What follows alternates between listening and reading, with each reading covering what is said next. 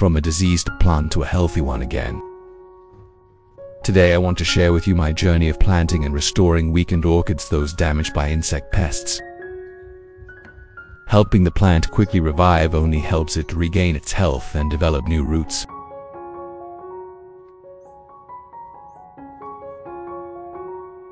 These plants have withered and damaged leaves, especially the lower leaves, which are degraded, and some even have insect damage, leaving very clear wounds.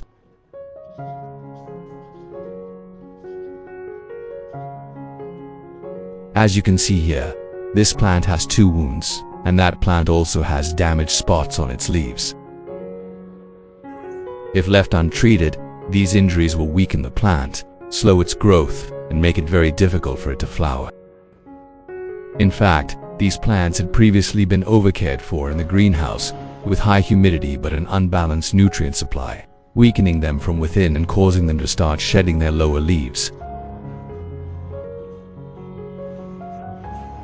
Afterward, I removed all the old growing medium to inspect it. You'll see that greenhouse growing media often retain moisture for too long. If not changed regularly, it easily leads to root rot, fungal growth, and that's why the lower leaves gradually deteriorate and fall off. I proactively removed the old, weak lower leaves. Next, I completely removed the old growing medium. If left in place, this medium would remain damp, easily causing root rot and leaf damage.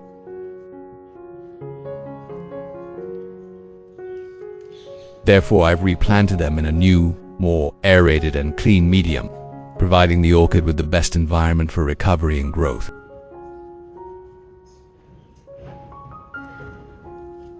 If you're new to the channel, please hit the like and subscribe buttons to support me and so you don't miss any orchid care tips. It's great to have you as a companion on this journey.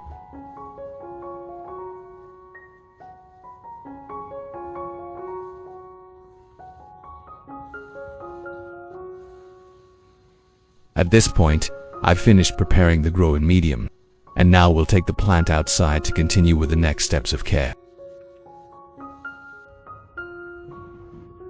Next, I took out the sterilized scissors and began trimming the orchid. I decisively cut off any damaged, rotten, or dead roots without hesitation. Keeping these roots only depletes the plant's nutrients and makes it very susceptible to fungal diseases. Then, I removed any completely damaged roots and sections that could no longer absorb water or nutrients.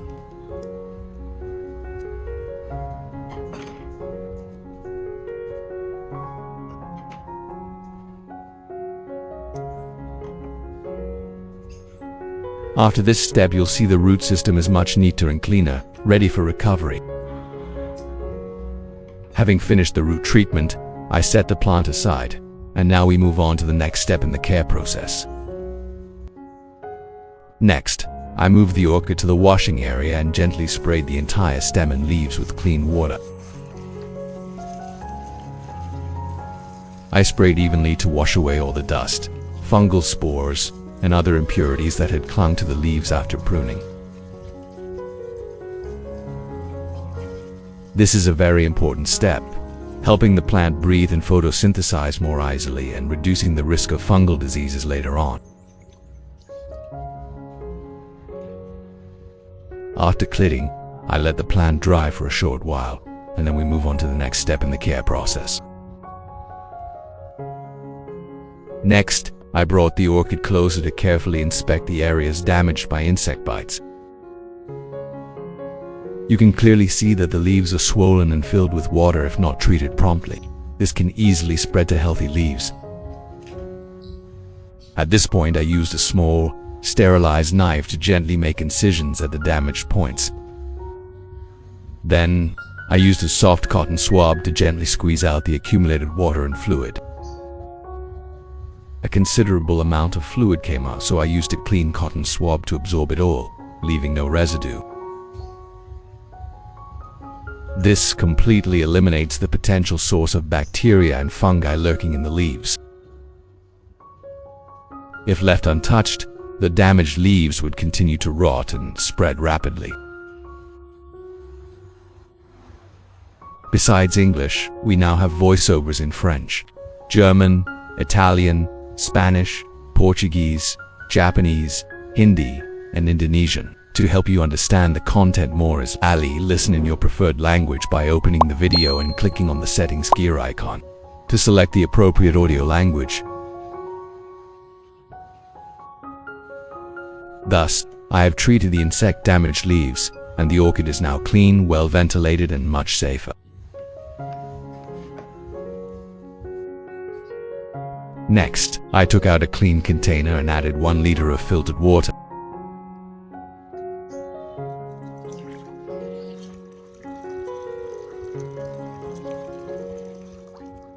Next, I used potassium permanganate. Then, I added about 10 drops of potassium permanganate. Potassium permanganate has excellent antiseptic properties, helping to kill any remaining bacteria and fungi on the orchid after pruning and treating any damage. Next, I stirred until the potassium permanganate was completely dissolved in the water. Next, I placed the entire orchid into the prepared solution. I submerged both the leaves and stem, ensuring the solution covered the entire plant. I let the plant soak for about 30 minutes.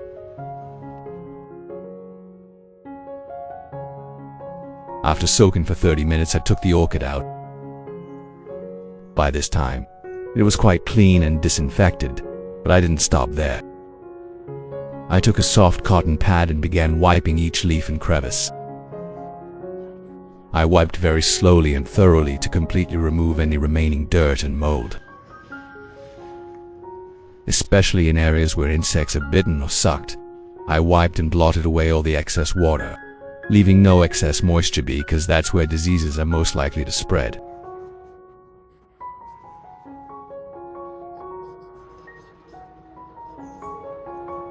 By wiping, the leaf surface was cleaner and drier, and the wounds were completely cleaned.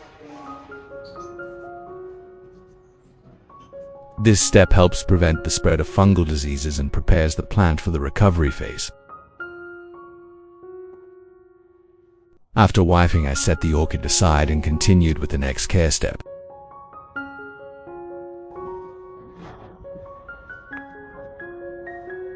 Next, I brought the orchid back and prepared a bottle of pure, concentrated potassium permanganate.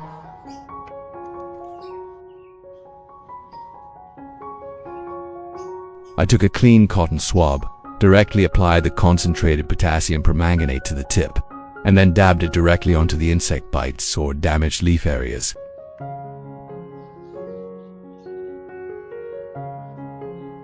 I applied it slightly wider than the edge of the wound to seal the wound, preventing mold or bacteria from spreading. Potassium permanganate has very strong antiseptic properties, so the wounds caused by fungi or insect bites will gradually dry up and heal slowly.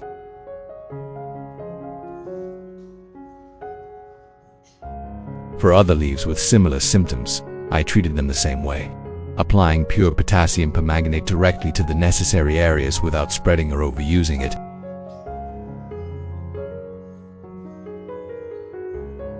After treating everything, the wounds were thoroughly disinfected, and the orchid was now considered to have passed the most critical stage.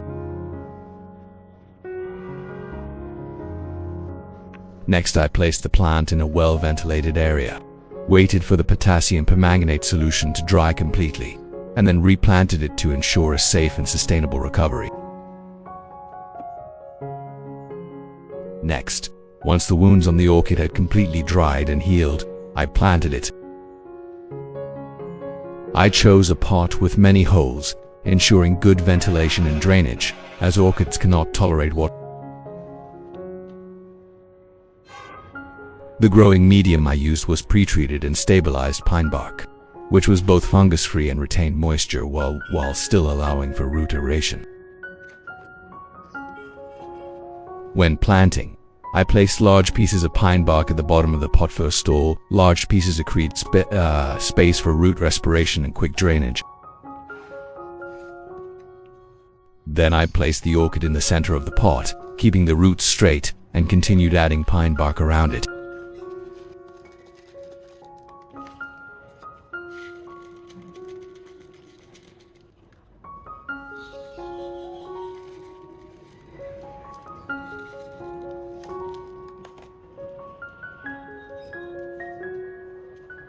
Once the plant was in position, I gently tapped the sides of the pot to ensure the growing medium sank evenly, embracing the roots and helping the plant stand firmly without breaking the young roots.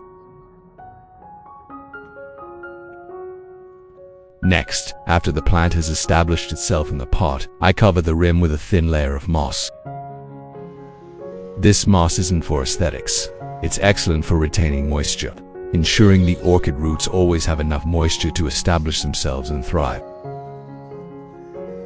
I only cover the rim lightly, not compacting it, so the roots can still breathe while retaining moisture for a long time. Thanks to this moss, the orchid's roots don't dry out, and the recovery and growth process is much smoother. After planting, I move the plant to the garden, placing it in a shady, well-ventilated spot, away from direct sunlight. I let the plant rest for about a day to allow the roots to fully stabilize before continuing with its care. For the next step, I started preparing the ingredients, and the ingredient I chose here was garlic. Garlic is very familiar in the kitchen, but for orchids, its value is immense. It has strong antibacterial and antifungal properties, while also helping the orchids thrive and repelling harmful insects. Next, I sliced the garlic cloves into thin pieces. Garlic releases its essential oils and sap into the water more quickly. When these essential oils are well dissolved, their antibacterial, antifungal, and insect-repelling properties are maximized, helping the orchid absorb them more effectively. Next, I prepared a clean container. Then, I put the prepared ingredients into the container.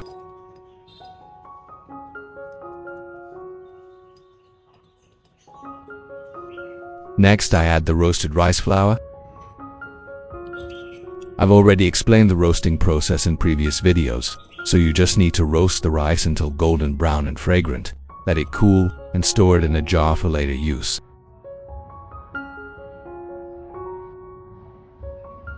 Each time I use it, I only take about 3 teaspoons of roasted rice flour, just enough to provide natural nutrients, helping the orchid's roots become healthier, the plant recover quickly, and is very safe and gentle for orchids during this stage. Next, I add about 500 milliliters of hot water. The purpose of this step is to release all the nutrients from the ingredients into the water, turning them into a liquid fertilizer form, making it much easier for the orchid to absorb. Then, I stir well to ensure the nutrients are completely dissolved in the water, preparing for the next step in the care process. After I finished, I covered it tightly and let it ferment for 1 day. This fermentation process is crucial, as it helps the nutrients penetrate deeply and stabilize, maximizing their effectiveness.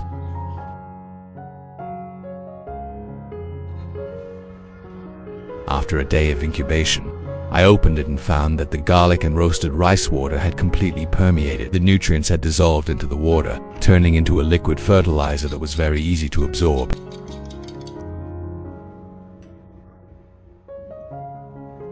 At this point, I filtered out all the sediment, keeping only the clear liquid.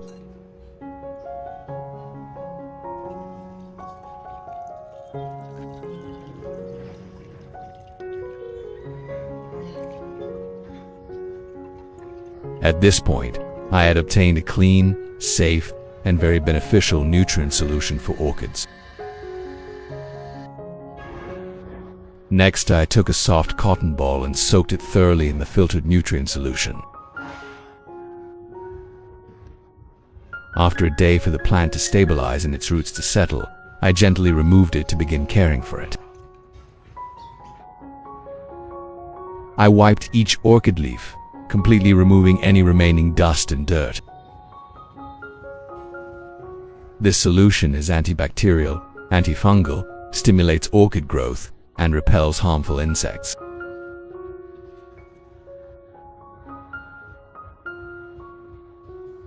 Once the leaves are clean, healthy, and well ventilated, I gently water the base of the plant, allowing it to absorb nutrients slowly, nourish the roots, and recover sustainably. Next, I will directly water the orchid's roots with this nutrient solution. As the nutrients gradually seep down to the roots, the plant begins to absorb them little by little, thus growing stronger and developing more steadily.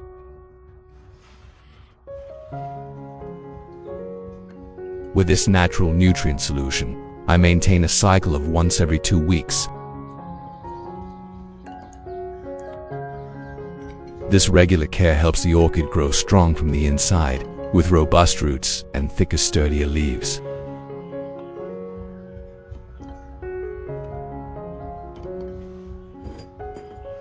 After watering, I soak the entire pot for about 20 minutes to allow the growing medium to absorb enough water and nutrients.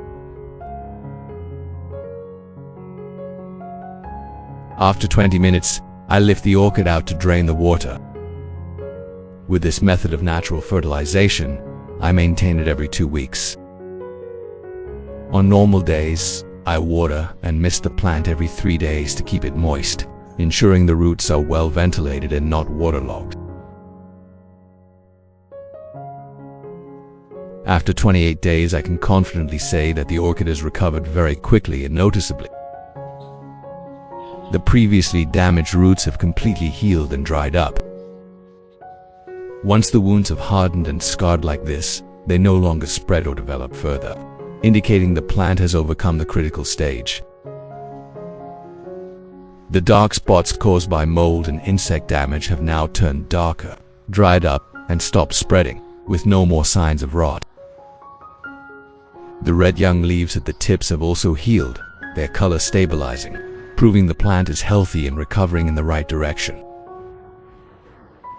What I'm most pleased about is that the orchid leaves are greener, thicker, and shinier again, reflecting the state of a healthy orchid. When the plant has enough strength and nutrients, mold no longer has a chance to develop.